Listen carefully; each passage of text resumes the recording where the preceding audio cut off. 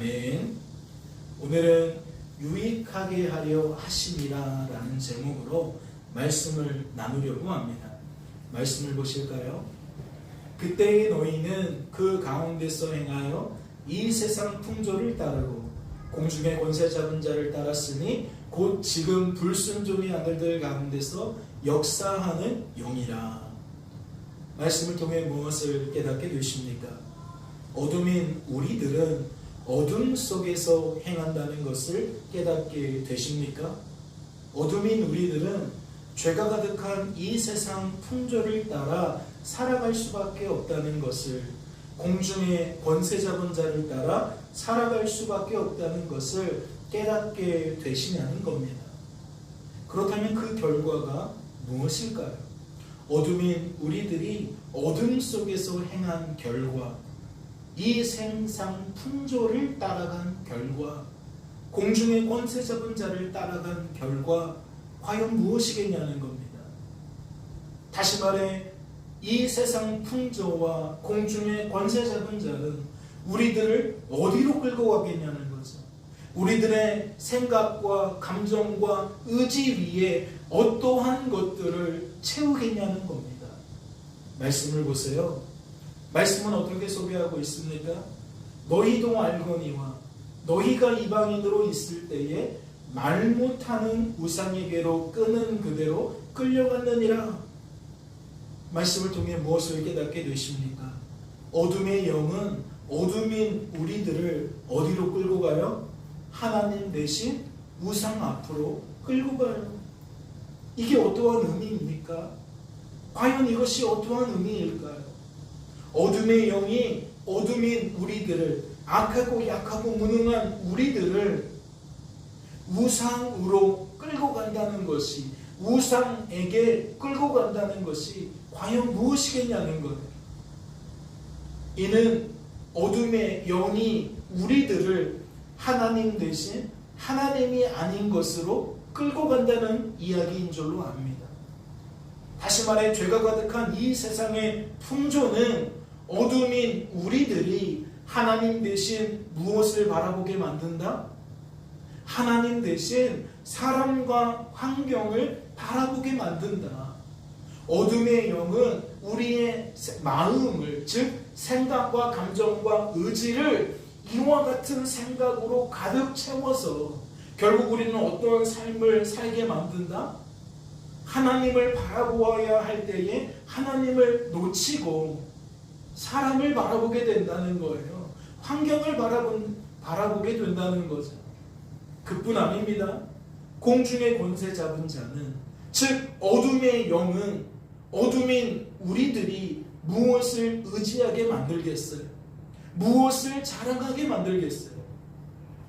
이 세상 풍조를 따라가는 사람들을 잘 기억해 보세요. 우리가 어둠의 영을 쫓아갈 때에 어떠한 말들을 쏟아내는지, 어떠한 모습으로 살게 되는지 잘 생각해 보시라고요.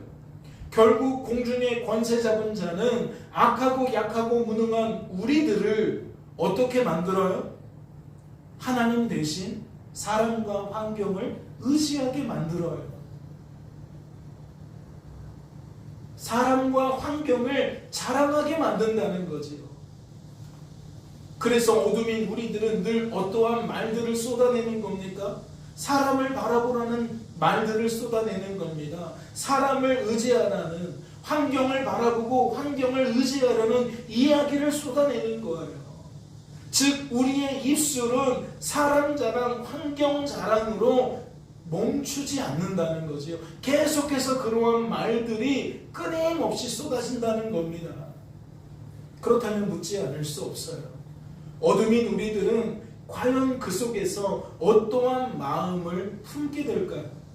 우리가 어둠의 영에 이끌려서 그러한 태도를 가지고, 그러한 마음 상태를 가지고 살아갈 때에 과연 우리들은 어떠한 마음을 품게 되겠냐는 겁니다. 말씀을 보실까요?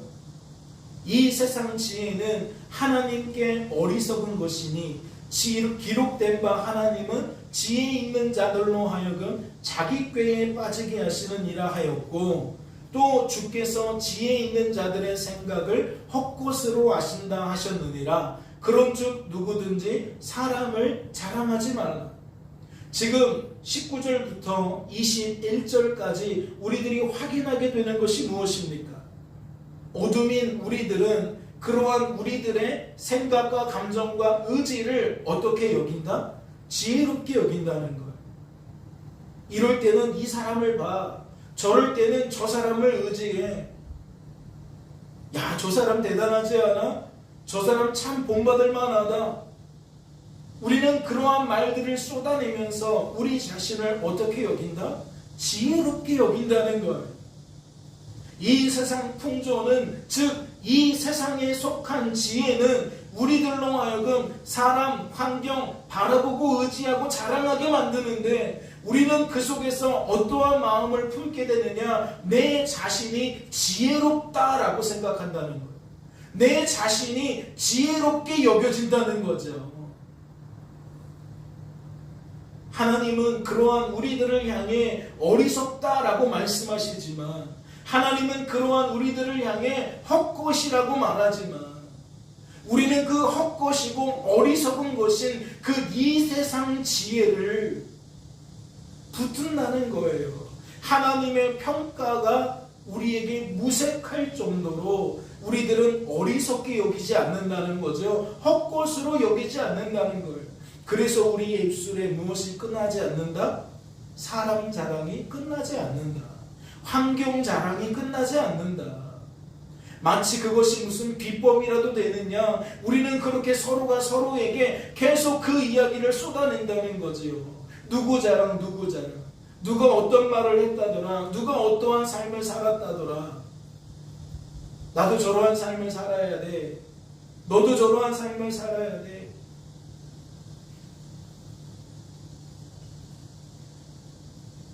이어지는 말씀을 보세요. 그러나 우리가 온전한 자들 중에서는 지혜를 말하노니 이는 이 세상의 지혜가 아니요 또 이 세상에서 없어질 통치자들의 지혜도 아니요 오직 은밀한 가운데 있는 하나님의 지혜를 말하는 것으로서 곧 감추어졌던 것인데 하나님이 우리의 영광을 위하여 만세전에 미리 정하신 것이라. 그렇다면 이 말씀의 의미는 무엇입니까? 이 세상 지혜에 반하는, 반대되는 무엇이 존재한다? 또 다른 지혜가 존재한다. 조금 전에 말씀을 드린 것처럼 우리 인생이 하나님 대신 사람과 환경을 바라보고 의지하고 자랑하는 것을 지혜롭게 여기는 것이 이 세상의 지혜라면, 말씀은 지금 무엇을 소개하고 있는 거예요? 그러한 지혜와 반하는, 반대되는 또 다른 지혜가 있다고 소개하고 있는 거예요. 말씀은 또 다른 지혜를 일컬어 어떻게 소개하고 있습니까? 어떻게 표현하고 있나요? 이 세상 지혜와 반하는 지혜를 어떻게 우리들에게 알려주고 있냐는 거예요. 말씀은 하나님의 지혜라고 우리에게 소개하고 있습니다. 그렇게 또 다른 지혜를 표현하고 있다는 거죠. 그렇다면 하나님의 지혜는 어떠한 성격을 가질까요? 이 세상 지혜와 반하는 지혜라 그랬어요. 그러면 이 하나님의 지혜는 어떠한 성격을 가질까요? 동일한 것을 보고 동일한 것을 들어도 어떻게 말하게 되냐는 거예요.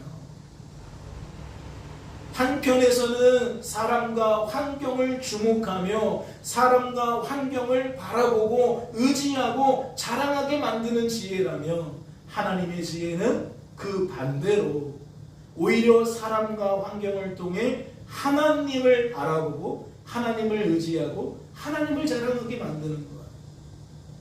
그러니까 우리가 우리의 입술로 무엇을 드러내는 거예요? 내가 지금 무엇을 지혜로 여기며 사는지가 드러나는 거예요. 같은 것을 보고 같은 것을 들어도 이렇게 말하는 사람은 이 세상의 지혜를 지혜로 여기고 있는 사람이고, 이렇게 말하는 사람은 하나님의 지혜를 지혜로 여기는 사람이다라는 거죠. 그런데 말씀을 보니까 하나님의 지혜에 대해서 무엇을 첨언하고 있습니까? 하나님의 지혜에 대해서 무엇을 더 설명하고 있냐는 거예요. 말씀을 보니까 곧 감추어졌던 것이라고 소개하고 있습니다. 그렇게 설명하고 있어요. 이는 무엇을 의미하죠? 하나님의 지혜가 과거에는 숨겨져 있었다는 거예요. 하나님의 지혜가 과거에는 이 세상에 드러나지 않았다는 거죠.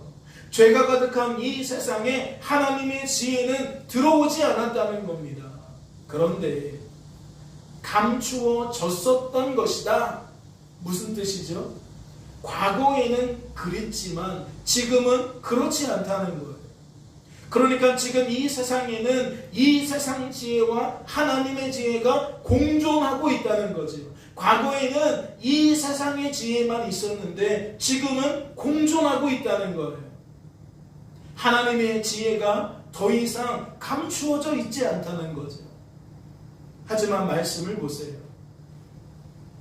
말씀을 통해 무엇을 깨닫게 되십니까?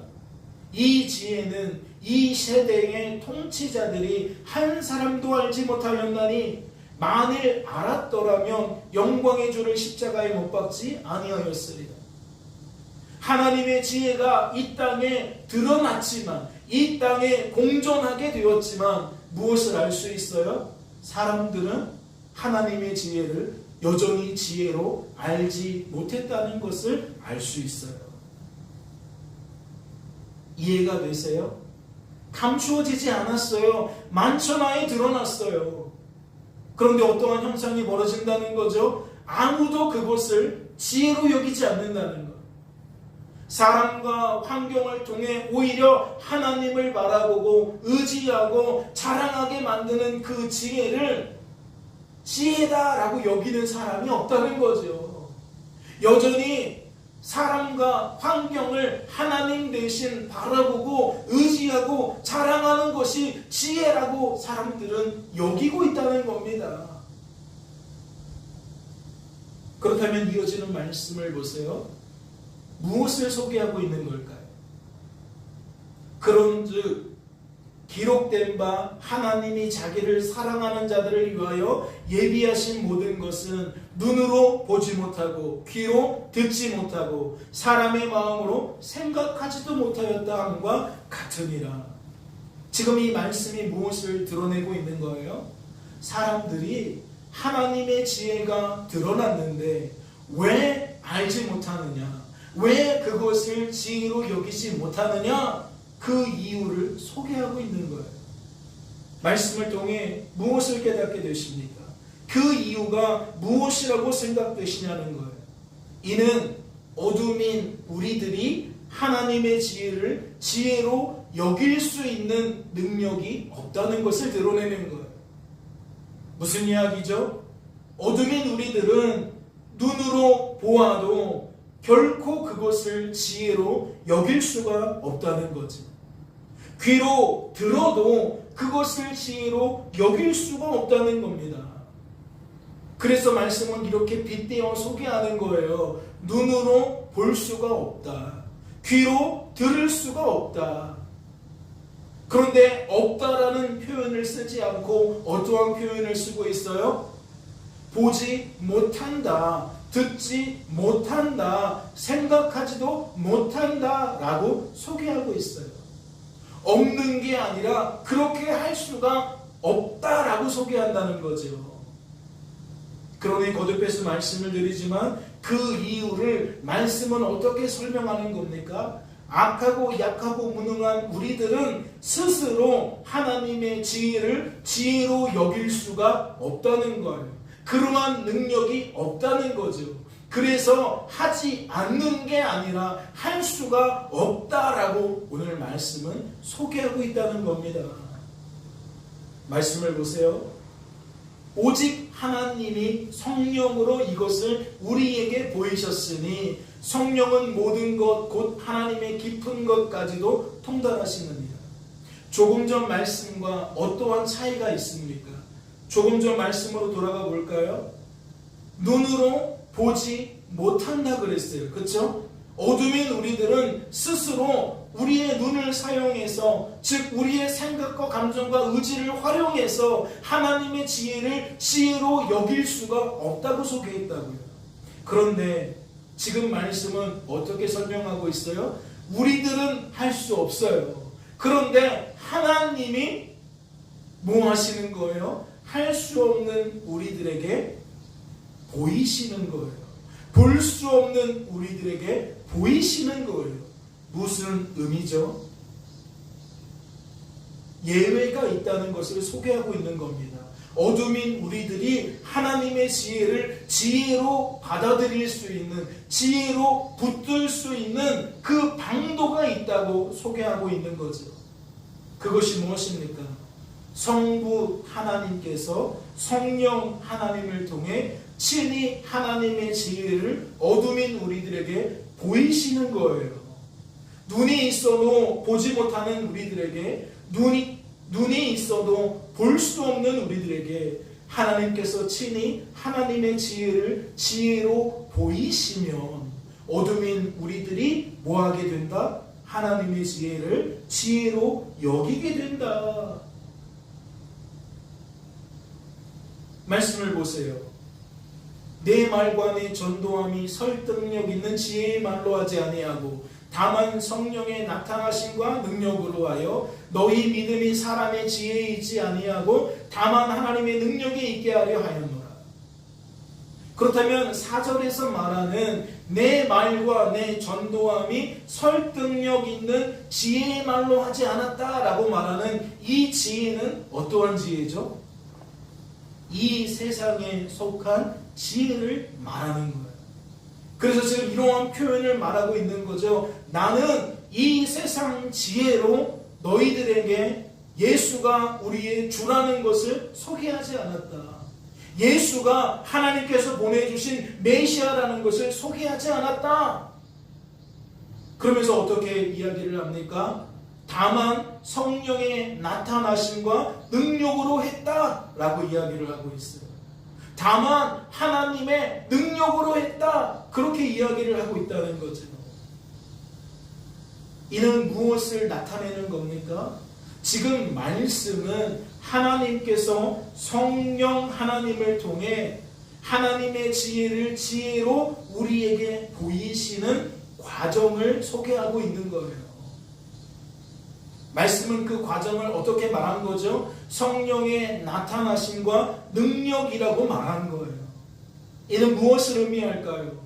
성부 하나님께서 성령 하나님의 나타나심을 통해, 성령 하나님의 능력을 통해 어둠인 우리들이 하나님의 지혜를 지혜로 여기도록 만드셨다는 거예요. 다시 말해 하나님의 지혜를 지혜로 여기는 마음 상태가 되도록 하나님께서 만드셨다는 거죠. 그런데 말씀을 잘 보세요. 말씀은 그러한 우리들의 마음 상태를 어떻게 표현하고 있습니까? 하나님의 지혜가 지혜로 여겨지는 그 마음 상태를 지금 말씀은 5절에서 어떻게 소개하고 있냐는 거예요. 놀랍게도 말씀은 그것을 믿음으로 소개하고 있어요. 믿음, 저와 여러분이 믿음은 무엇입니까? 라고 수차례에 걸쳐서 살펴보지 않았습니까? 그런데 지금 말씀은 그 믿음을 바로 이와 같이 하나님께서 성령을 통해 하나님의 지혜가 지혜로 여겨지는 그 마음 상태를 믿음으로 소개하고 있다는 거예요. 그렇다면 이것은 무엇을 의미할까요? 하나님의 지혜를 지혜로 여기는 어둠인 우리들의 믿음은 그 기원과 그 출처가 어디에 있다? 오직 하나님에게 있다. 사람의 지혜로 설득하지 않은 것처럼 우리의 믿음도 사람이 스스로 만들어내는 것이 아니다. 전할 때에도 하나님이 주체가 되시고 우리들 안에 그것이 하나님의 지혜로 여겨지는 것도 하나님의 주체가 되어주신다. 그러니까 무엇을 드러나는 거예요? 이 모든 일은 하나님께서 하신 일이다. 하나님께서 하나님의 뜻을 따라 이와 같은 일들을 해내신 거다. 그래서 나는 너희들에게 전도할 수 있었던 것이고 너는 우리들의 전도를 통해서 예수를 나의 주 나의 하나님으로 영접할 수 있었던 것이다. 믿을 수 있었던 것이다. 지금 말씀은 그렇게 소개를 하고 있는 거예요. 그러면 앞서 살펴본 말씀과 대조를 이룬다면 어떠한 이야기가 되는 겁니까? 하나님께서 하나님의 뜻을 이루실 때에 우리는 어떠한 마음 상태가 된다?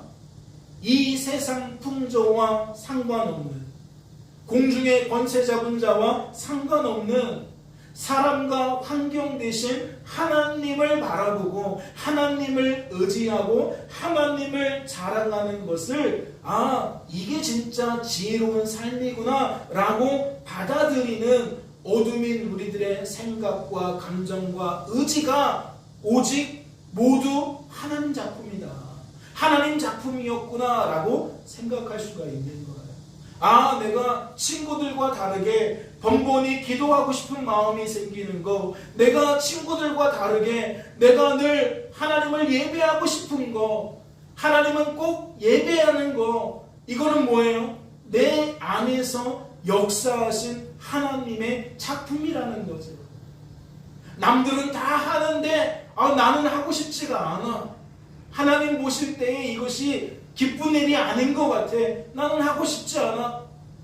왜 그러한 차이가 나는 거예요? 왜 그러한 생각과 감정과 의지의 차이가 나는 거예요? 우리 속에서 역사하시는 하나님 때문에.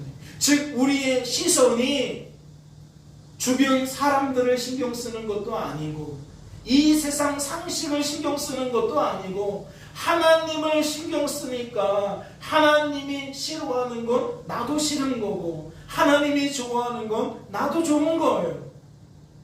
그런데 왜 이러한 생각과 감정과 의지의 상태가 되느냐?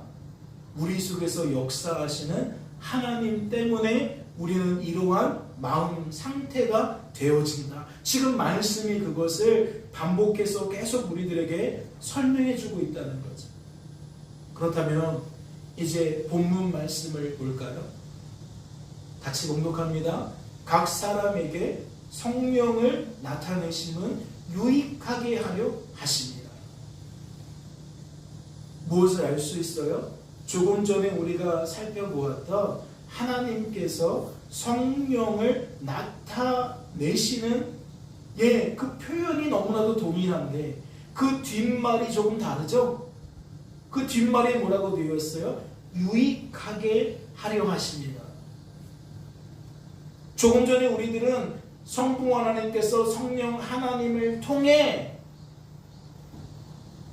우리에게 믿음이라는 것을 주시더라, 그걸 확인했어요. 하나님의 지혜를 지혜로 여기게 만들더라, 그것을 확인했어요. 그런데 오늘 본문 말씀에는 믿음이라는 말이 없고 지혜라는 말이 없어요. 그런데 믿음이 있어야 할 그 자리에, 지혜가 있어야 할 그 자리에 무엇으로 대체하고 있죠? 유익이라는 말로 대체하고 있어요. 유익이라는 것이 무엇입니까? 우리에게 유익한 것을 더하신다는 얘기잖아요. 즉 우리를 이롭게 하기 위해 하나님께서 각 사람에게 성령을 나타내신다라는 의미인 거잖아요. 그러면 이 유익은 사실 무엇을 의미하는 거예요? 믿음을 의미하는 거예요. 하나님의 지혜를 지혜로 여기는 마음 상태를 의미하는 거예요. 주어진 삶 속에서 사람과 환경 대신 하나님을 바라보고 의지하고 자랑하는 삶을 나타내는 거예요. 즉 구원받은 성도가 성도다운 모습으로 살아가는 이유와 과정과 결과를 이 유익이라는 말 앞에 모두 담았다는 이야기죠. 성부 하나님께서 성령 하나님의 나타나심과 성령 하나님의 능력을 통해 어둠인 우리들이 하나님의 지혜를 지혜로 여기는 믿음을 갖게 만드신다고 말씀하셨어요. 그리하여 어둠인 우리들의 죄된 본성을 따라 주어진 삶 속에서 하나님 대신 사람과 환경을 바라보고 그것들을 의지하고 그것들을 자랑하며 사는 것이 아니라, 비록 우리들의 존재됨은 여전히 어둠일지라도 그러한 우리들에게 믿음을 부어주신 하나님의 손길이 우리를 어디로 이끌어요? 어둠에서 빛으로 이끌어요. 그러니까 우리는 어둠일지라도 어떠한 삶을 살게 돼요? 빛된 삶을 살게 돼요. 빛된 모습으로 살게 된다고요. 다시 말해 주어진 삶 속에서 사람과 환경 대신에 하나님을 바라보고 의지하고 자랑하는 삶을 살게 된다는 거지요. 어둠인 우리들이 주 안에서 빛이 된 삶을 산다. 그것이 바로 유익이라는 거예요. 우리들은 하나님 때문에 그러한 유익을 누릴 수 있다는 거지요. 여전히 우리들은 어둠이지만 하나님 때문에 그럼에도 불구하고 이러한 유익을 누릴 수 있다는 겁니다. 사랑하는 성도 여러분, 그렇다면 저는 묻지 않을 수가 없어요. 여러분은 지난 한 달 동안 어떠한 삶들을 살게 되셨습니까? 어둠의 영을 쫓아 어둠 속에서 행하며 살게 되셨습니까? 아니면 이와 같이 하나님 때문에 빛된 삶을 살게 되셨습니까? 다시 말해 여러분은 구원받은 성도로서 유익을 누리셨는지, 유익을 누릴 수 있었는지 여쭙는 겁니다. 또 이렇게도 질문할 수 있겠죠. 여러분, 새롭게 다가올 8월 한 달 동안 무엇을 기대하십니까? 무엇을 소망하십니까? 이러한 유익을 소망하십니까? 하나님 때문에 누리게 될 이러한 유익을 여러분 기대하시냐는 거예요. 오늘 말씀이 무엇을 이어서 소개하고 있는지 같이 살펴보도록 하겠습니다. 어떤 사람에게는 성령으로 말미암아 지혜의 말씀을, 어떤 사람에게는 같은 성령을 따라 지식의 말씀을, 다른 사람에게는 같은 성령으로 믿음을, 어떤 사람에게는 한 성령으로 병 고치는 은사를, 어떤 사람에게는 능력 행함을, 어떤 사람에게는 예언함을, 어떤 사람에게는 영들 분별함을, 다른 사람에게는 각종 방언 말함을, 어떤 사람에게는 방언들 통역함을 주시나니 이 모든 일은 같은 한 성령이 행하사 그의 뜻대로 각 사람에게 나누어 주시는 것입니다. 할렐루야. 하나님은 지금 성도된 우리들에게 무엇을 나누어 주신다고 말씀하십니까? 지금 노란색으로 칠해진 이와 같은 은사들을 나누어 주신다고 말씀을 하십니다. 그런데 나누어 주신다는 말씀도 맞지만 우리가 조금 전에 살펴본 말씀의 기인해 볼 때에 이것은 나누어 주시는 것이기도 하지만 또 어떤 것이죠? 우리 안에 내주하시는 성령께서 우리들을 통해 이러한 성령의 능력을 나타내시는 것으로 소개하고 있는 겁니다. 그러니까 생각을 닫아버리시면 안 돼요. 아, 우리에게 주시는 거구나. 그러면 이것을 내 소유라고 생각하는데 말씀의 본 의미는 그렇지 않을 수 있다는 거죠. 말씀은 하나님이 우리 안에 내주하시며 세상 끝날까지 함께 하시는 이유가 무엇인지 지금 소개하고 있는 거예요. 우리 안에 거하시는 하나님은 하나님의 뜻을 따라 무엇 하신다? 이와 같이 하나님의 능력을 우리를 통해 나타내신다. 때로는 어둠인 우리들이 지혜의 말씀을 전하게 만들고, 때로는 어둠인 우리들이 지식의 말씀을 전하게 만들고, 때로는 어둠인 우리들이 믿음을 갖게 만들고, 때로는 어둠인 우리들이 병 고치는 은사를 나타내기도 하고, 때로는 어둠인 우리들이 능력 행함을 하기도 하고 예언함을 하기도 하고 영들 분별함을 하기도 하고 각종 방언 말함을 하기도 하고 방언들 통역함을 하기도 한다. 우리는 그렇게 여겨야 한다는 거죠. 이 모든 다양한 성령의 능력이 나타나는 것은, 그렇다면 다시 여쭙죠. 무엇 때문이겠습니까? 무엇 때문에 하나님이 이러한 다양한 능력을 나타내시겠냐고요. 조금 전에 우리가 살펴보았던 것을 놓치면 우리는 또 어디에 우리의 시선을 주목하게 되어져요? 이러한 능력 하나하나에 우리는 또 마음을 사로잡히게 돼요. 그런데 지금 우리는 무엇을 기억해야 되느냐? 하나님의 본뜻이 7절에 명확하게 드러났다는 거죠. 이건 우리들에게 유익을 주시기 위하여 하나님께서 하나님의 뜻을 이루는 모습이라는 거예요. 그러니까 이러한 다양한 능력은, 이러한 다양한 은사는 무엇에 불과하다? 하나님께서 우리를 통해 하나님의 뜻을 이루는 것에 불과하다. 그렇다면 묻지 않을 수가 없습니다. 어둠인 우리들은 말씀에 소개된 성령의 은사를 통해 무엇을 주목해야 됩니까? 이러한 일들이 내 속에서 또는 나를 통해 누군가에게 나타날 때에 우리는 무엇을 주목해야 되냐는 거예요. 또는 나에게는 없는데 상대방을 통해 이러한 하나님의 능력이 나타날 때에 우리들은 무엇을 주목해야 되냐는 거죠.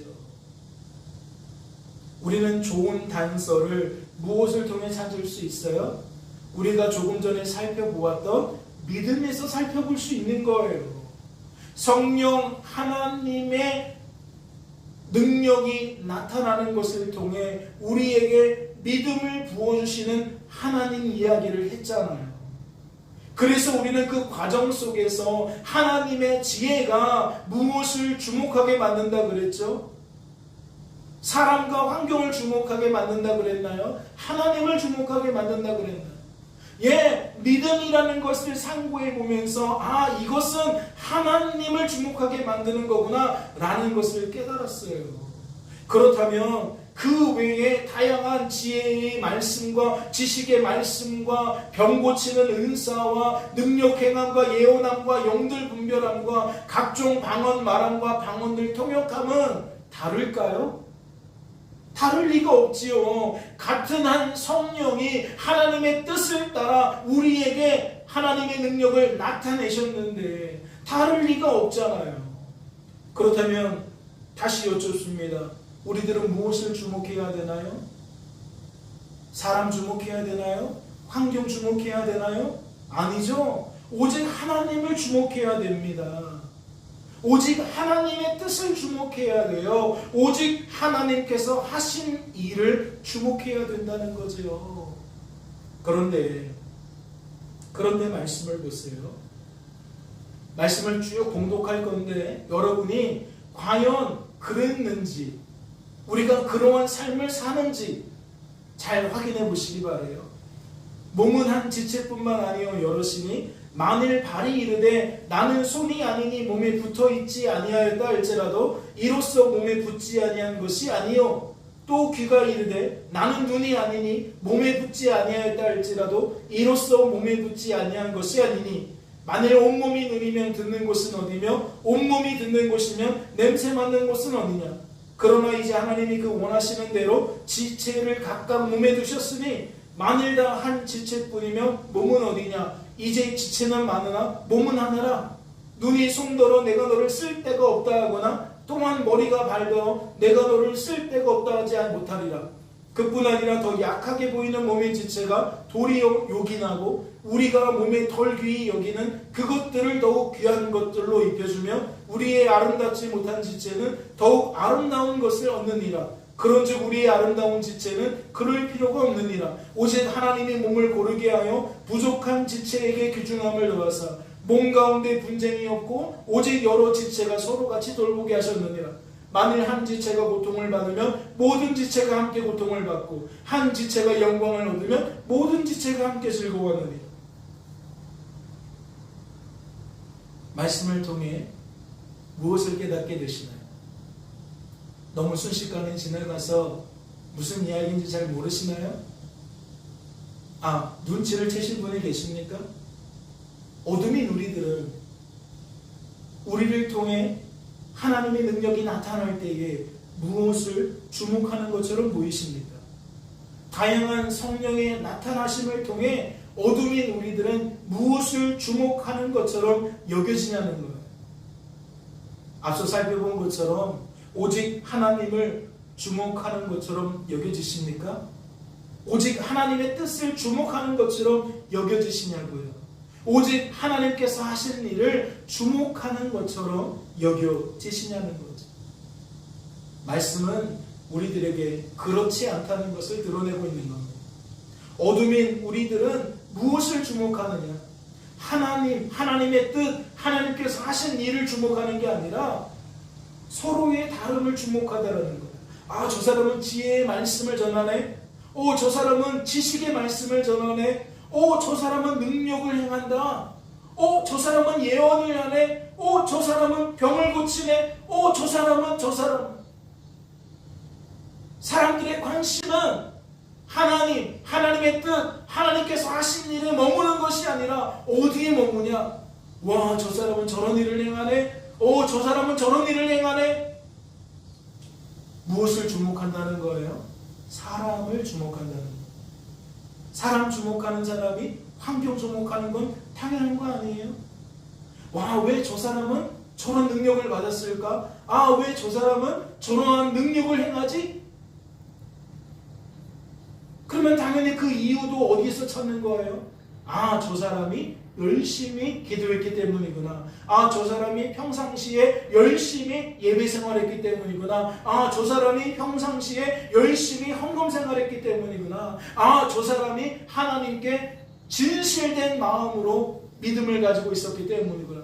다 이러한 이 세상 풍조에 묶여버리게 된다는 거예요.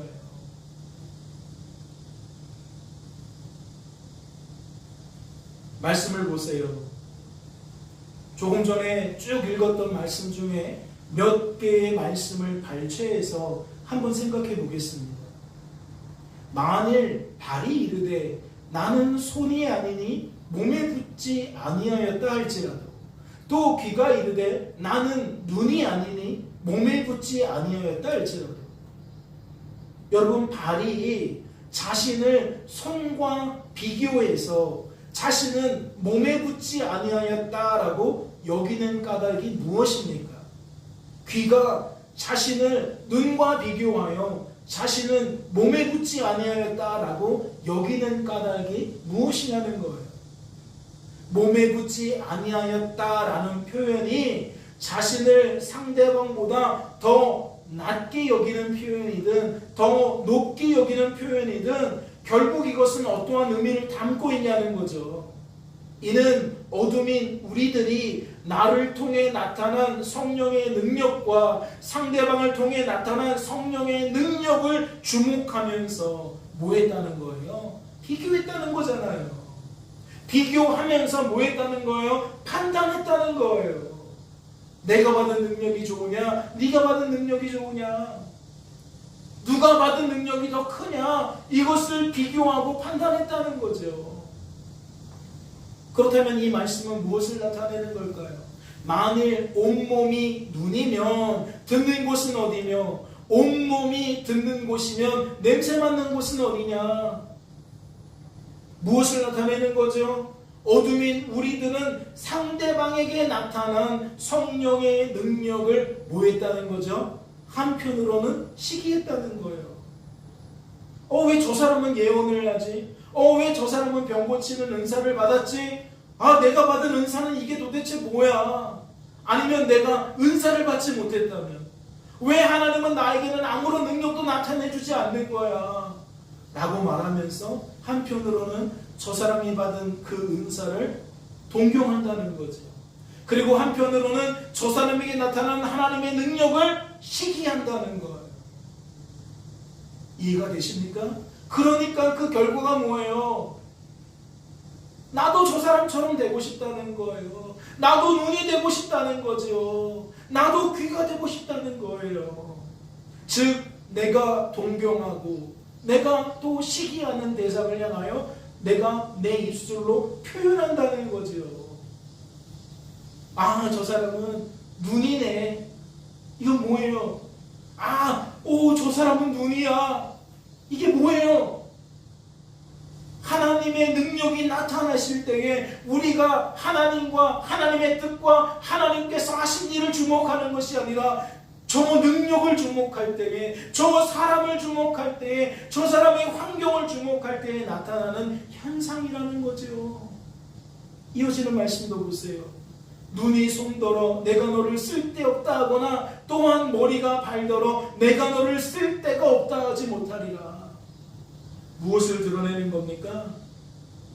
어둠인 우리들은 상대방에게 나타난 성령의 능력을 낮게 평가했다는 거예요. 또는 높게 평가했다는 거지요.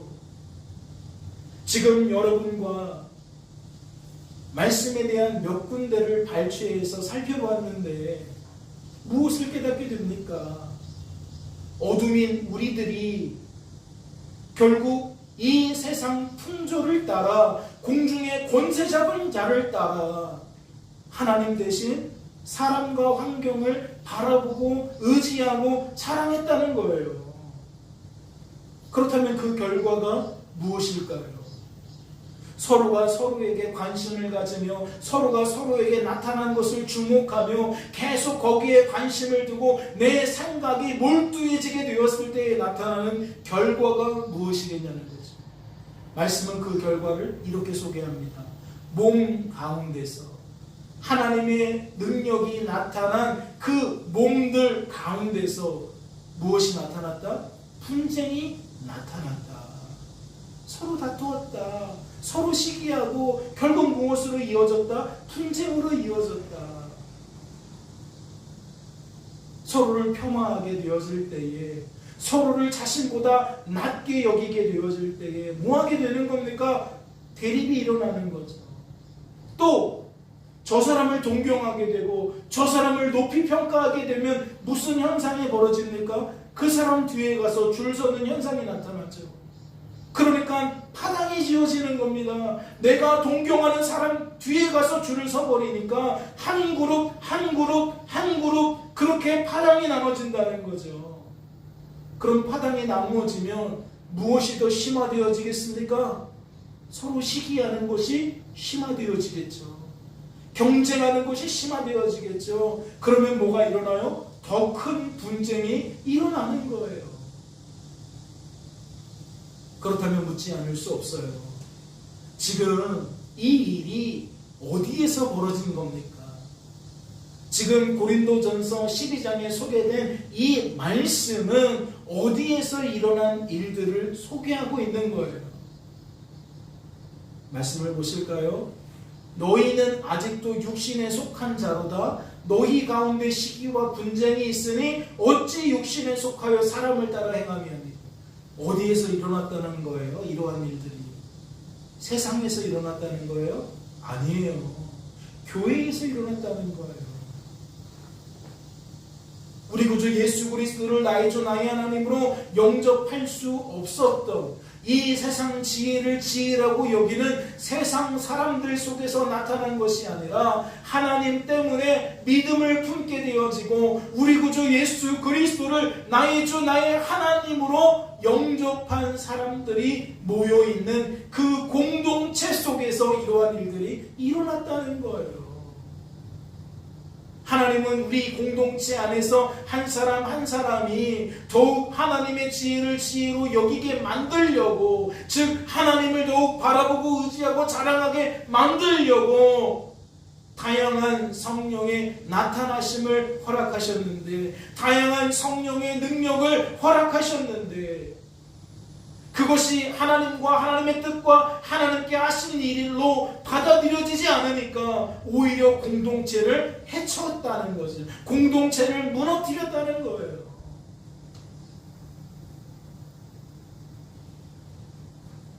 그렇다면 무엇을 누리지 못했다는 이야기가 되는 겁니까? 오늘 본문 말씀에서 각 사람에게 성령을 나타내심은 무엇 때문이라고 소개했죠? 유익을 누리도록 만들기 위함이라고 소개했어요. 하나님은 그것을 위해 이와 같은 일들을 벌이셨다는 거죠. 그런데 정작 교회는 유익을 누릴 수 없었다는 이야기를 지금 하고 있는 겁니다. 그렇다면 이 말씀의 기록 목적은 무엇일까요? 성령 하나님의 나타나심을 통해, 성령 하나님의 능력을 통해 유익을 누리지 못하는 사람들이 유익을 누리게 하시려는 목적으로 기록되었다라고 볼 수 있는 거죠. 말씀을 보세요. 하나님이 그 원하시는 대로 지체를 각각 몸에 두셨다.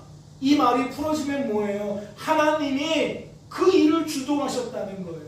저 사람에게 예언의 은사를 주고, 저 사람에게 방언의 은사를 주고, 저 사람에게 능력 행함을, 저 사람에게 믿음을, 이렇게 각 사람에게 그와 같은 하나님의 나타나심을 허락하신 이는 하나님이라는 거죠. 우리들은 그 하나님을 놓치고 사람과 사람으로만 생각해서 그러면 엉뚱한 결과로 이어지는데, 하나님은 그런 우리들에게 무엇을 강조하시는 겁니까? 하나님만 하나님이라는 것을 강조하는 거예요. 얘들아, 착각하지 마. 하나님만 하나님이야. 인생의 주관자와 구원자는 오직 나야. 내가 너희들에게 내 뜻을 따라 그와 같은 성령의 능력을 나타낸 거야 라고 지금 말씀이 소개하고 있다는 거죠. 그렇다면 하나 더 살펴볼까요?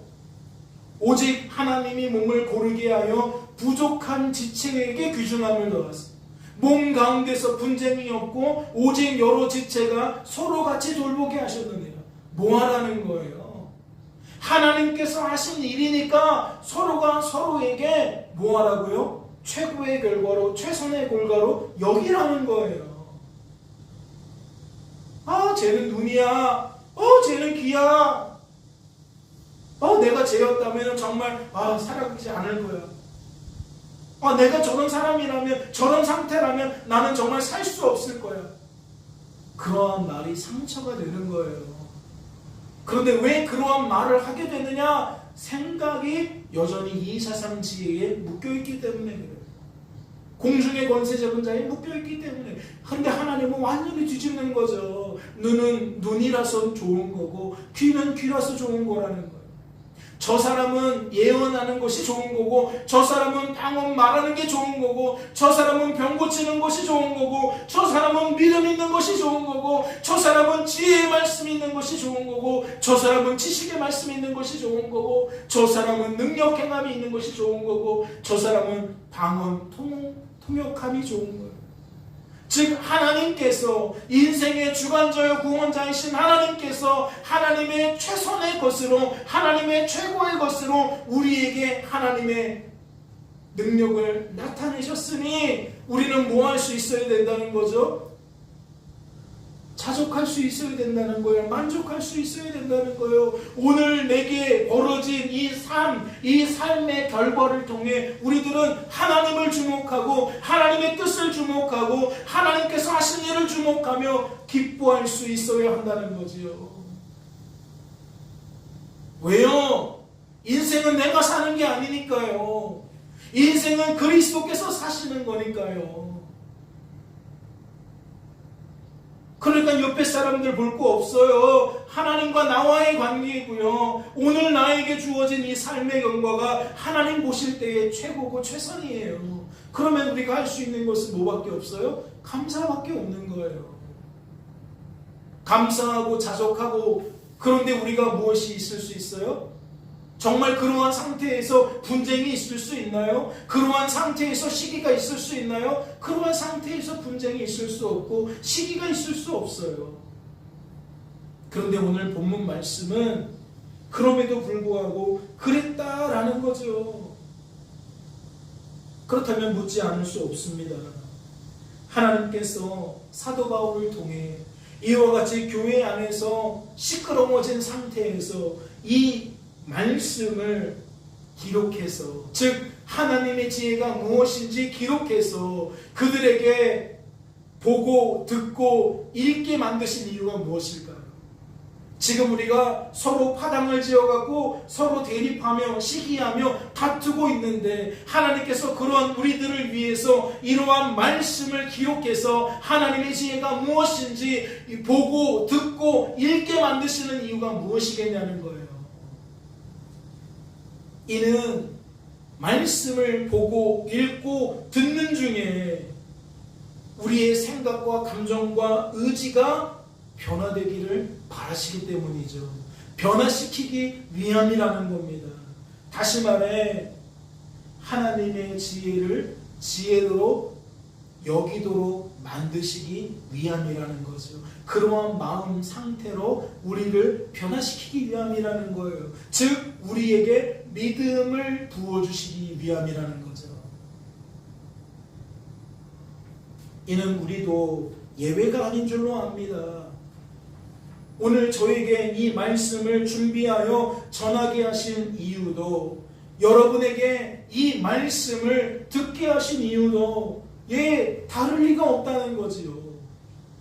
여전히 우리 안에 이 세상 지혜를 지혜로 여기며 하나님의 지혜를 지혜로 여기지 못하는 그 마음을 아시고, 그 마음 때문에 우리가 공히 시기하고 공히 분쟁한다는 것을 아시고, 하나님은 우리에게 믿음 주시기 위해 그러한 우리들에게 하나님의 지혜가 지혜로 여기도록 만드시기 위해 이와 같은 일들을 오늘도 하셨다는 거죠.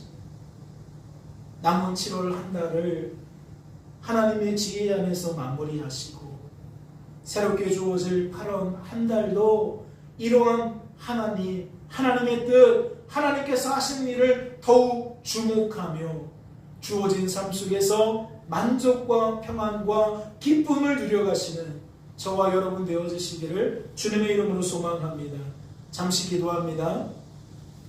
하나님 아버지 감사합니다.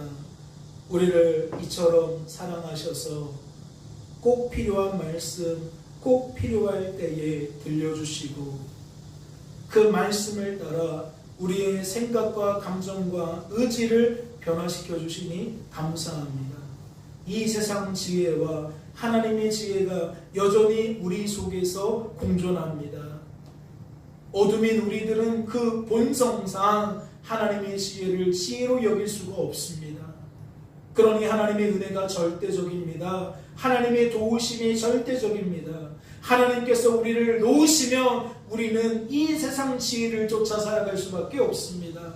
아버지, 하나님의 지혜를 지혜로 여길 수 있도록 아버지께서 우리를 알뜰히 살펴주시고 시마다 때마다 우리의 마음이 그 믿음 상태가 되어질 수 있도록 주님 축복하여 주시옵소서. 주께서 우리를 붙들어 주실 줄로 믿고 감사드리며 이 모든 말씀 우리를 죄에서 구원하신 예수님의 이름으로 기도하옵나이다. 아멘.